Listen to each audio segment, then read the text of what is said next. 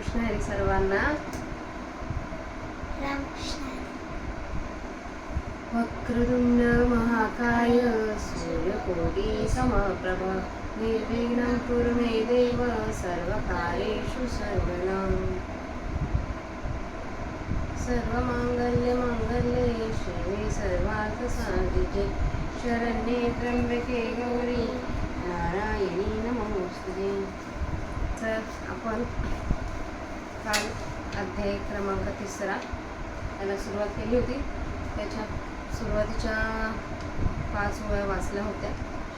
नंतर त्याच्या पुढच्या ओव्या वाचूया.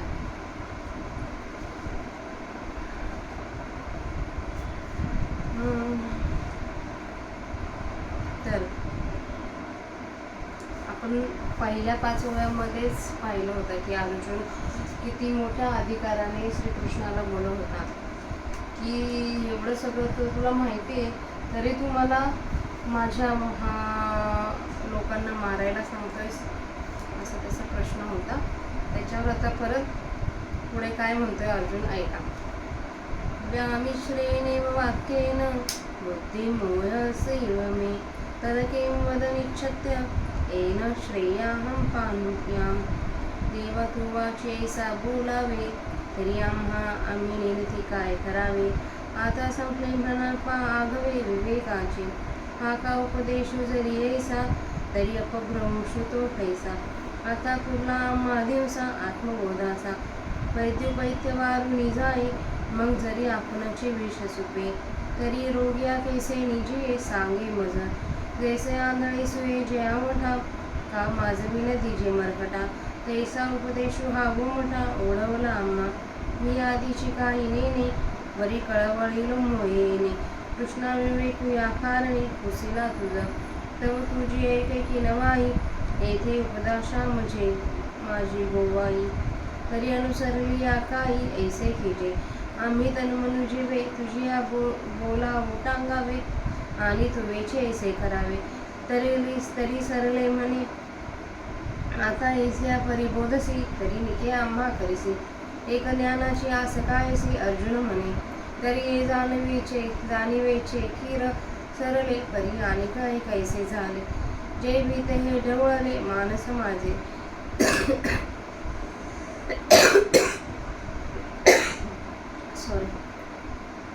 देवेचे कृष्ण हे तुझे चरित्र काही नेनिजे. जरी चित्त पाहिसे माझे येणे मिशे ना तरी चुकवी तू हासी माते.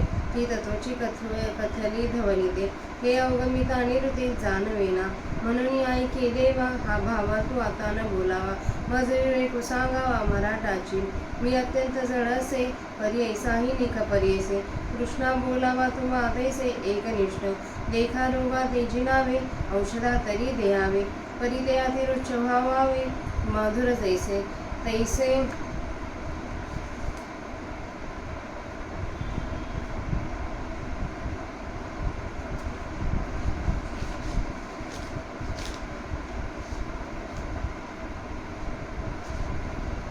तैसे सकळ तीर्थ तरी तत्व तरी सांगावे उचित. परिबोधे माझे चित्त जया परी. देवा तुझा ऐसे निज करू आणि आता अर्थी धनी का न करू. येत बिडाशी कवनी धरू तू माया आमुची. हागा कामधन सेदुपते देव झाले जरी अपायते तरी कामनेची का तेथे वाणी तिचे. जरी चिंतामणी हाता सेडे तरी वांछेचे कवन सापडे. का कुलिनी सुरवाळे इच्छा वेना. देखा अमृत सिंधू टाकावे मग तहाना जरी फुटावे तरी साया सुका करावे मागील ते. तैसे जन्मांतरी बहुत उपदासिता लक्ष्मीपती. तू देवा जी हाती झालासी तरी आपुलिया सवेसा कान मागावासी परेशा. देवा हा सुकाळू मानसा पाहला जसे. देखे सकाळतीसे ज्याले आजी पुण्य यशासी आले. हे मनोरथ झाले विजयी माझे. जी परमंगळ धामा देवदेवोत्तमा. तू स्वाधीन आजी आम्हा मनोनिया. जैसे मातेचा ठाई अपत्यानुसरू नाही, स्तन्याला गुणी पाही जियांकरी. तैसे देवा तू ते पुसजे तसे आवडे ते, आपुलेनी आर्ते कृपा निधी. तरी पारथी हित आणि आचरिता तरी उचित, ते सांगे एक निश्चित पार्थी म्हणे. श्री भगवान उवाच लोकेऽस्मिन् द्विधा निष्ठा पुरा प्रोक्ता मया नघ. ज्ञानयोगेन सांख्यानां कर्मयोगेन योगिनां. या बोलू अच्युते म्हणू तसे विस्मतू, अर्जुना हा ध्वनितू अभिप्रावो. जो बुद्धयोगी सांगता सांख्यमंत्र संस्था, प्रकटली स्वभावता प्रसंगी आम्ही. तो उद्देशू ते नेनेसची, म्हणून शोभला सेवायांची. तरी आता जाण म्यांची उक्ती दोन्ही, अवधारी वीरश्रेष्ठा ये लोकी दोन्ही निष्ठा. मजची पासून प्रगाठता अनादि सिद्धा. एक ज्ञान योग म्हणजे जो सांख्य अनुष्ठजे, ते जेतो ओळखे वे पाविजे तदरूपता.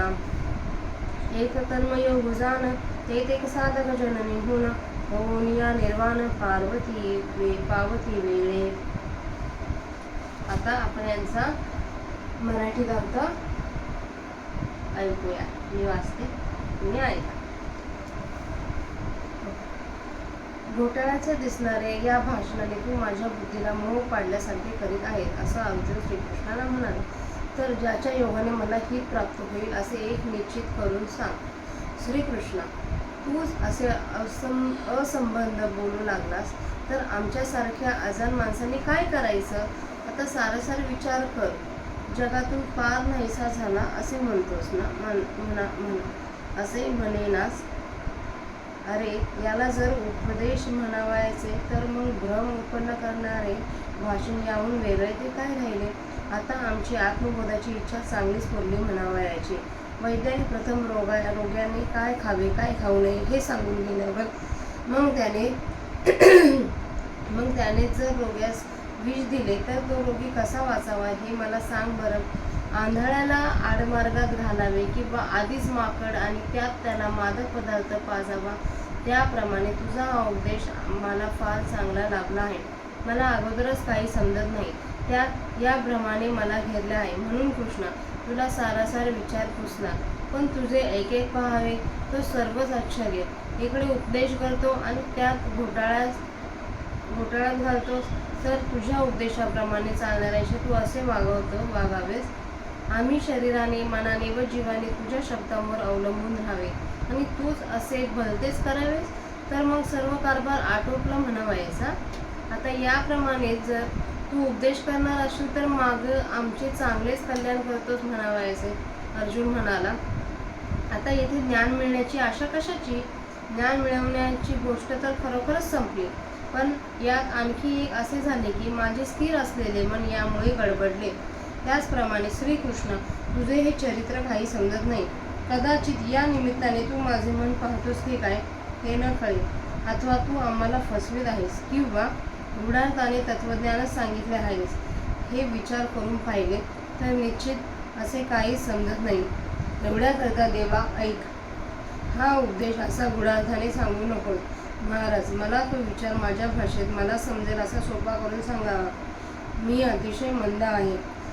परंतु कृष्णा, अशाही मला चांगले समजेल असे एक निश्चयात्मक सांग.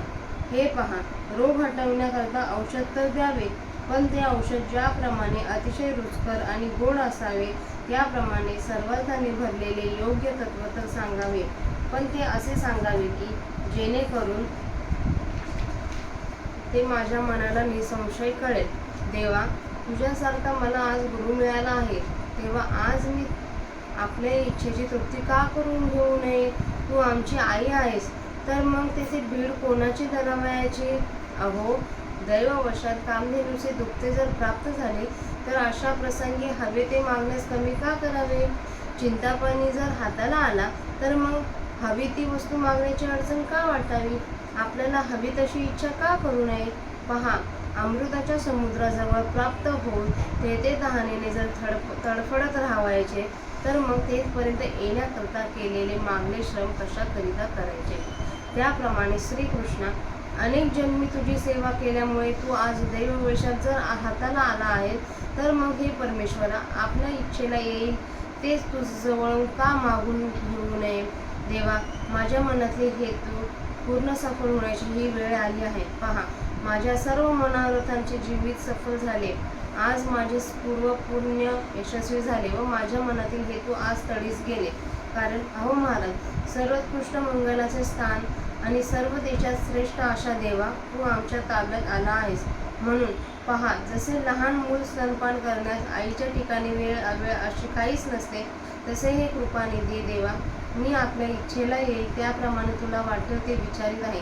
तर मग परलोकी कल्याणकारक आणि इहलोकी आचरणाला तर योग्य असेल जे ते मला एक निश्चित करून सांग, असे अर्जुन श्रीकृष्णाला म्हणाला. त्यावर श्रीकृष्ण अर्जुनाला काय म्हणाले? श्रीकृष्ण म्हणाले, हे निष्पाप अर्जुना, मी या लोकांमध्ये ज्ञान योगाने सांख्याचा आणि कर्म योगाने कर्म करण्याचे असे दोन मार्ग वर्तन करून पूर्वी सांगितले आहे. अर्जुनाच्या या भाषणाने श्रीकृष्ण आश्चर्यचकित होऊन म्हणू लागला, अर्जुना, आम्ही तुला हा थोडक्यात मतलब सांगितला, कारण की निष्काम कर्मयोग सांगत असताना प्रसंगाने सहजच आम्ही ज्ञानमार्गाची व्यवस्था ज्या हेतूने स्पष्ट केली तो आमच्या प्रतिपादनाचा हेतू तू जाणलाच नाहीस, म्हणून उगीच रागवला आहेस. तर आता ध्यानात ठेव की हे दोन्ही मार्ग मी सांगितलेले आहेत. हे वीरश्रेष्ठ अर्जुना, ऐक. या लोकांमध्ये हे दोन्ही मार्ग माझ्यापासून प्रकट झाले आहेत. व कोणते दोन मार्ग? ज्ञानयोग आणि कर्मयोग. आणि ते मुळापासूनच चालत आले आहेत. यापैकी एकाला ज्ञानयोग म्हणतात, त्याचे आचरण ज्ञानी लोक करतात आणि त्यात ओळखीबरोबर परमात्मा स्वरूपाशी तन्मयता प्राप्त होते. आणि दुसरा तो कर्मयोग समज, जेथे साधक निष्णांत होऊन परमगतीला पावतात, परंतु ते काही कालाने पावतात. हे मार्ग तर दोन आहेत, परंतु ते शेवटी एकाच ठिकाणी येऊन मिळतात. ज्याप्रमाणे तयार असलेल्या व तयार करावयाच्या अशा दोन्ही जेवणात सारखीच तृप्ती असते, किंवा पूर्वेकडून व पश्चिमेकडून वाहणाऱ्या नद्या पाहिल्या तर वाहताना वेगळ्या दिसतात, मग समुद्रात मिळाल्या असता शेवटी एकच होतात. त्याप्रमाणे ज्ञानयोग व कर्मयोग ही मार्गे जरी दोन आहेत तरी ते एकाच साध्याला सुचवतात. तर अशा रीतीने श्रीकृष्ण भगवानांनी अर्जुनाला कर्मयोग आणि ज्ञानयोग काय असतं हे सांगण्यास सुरुवात केली आहे.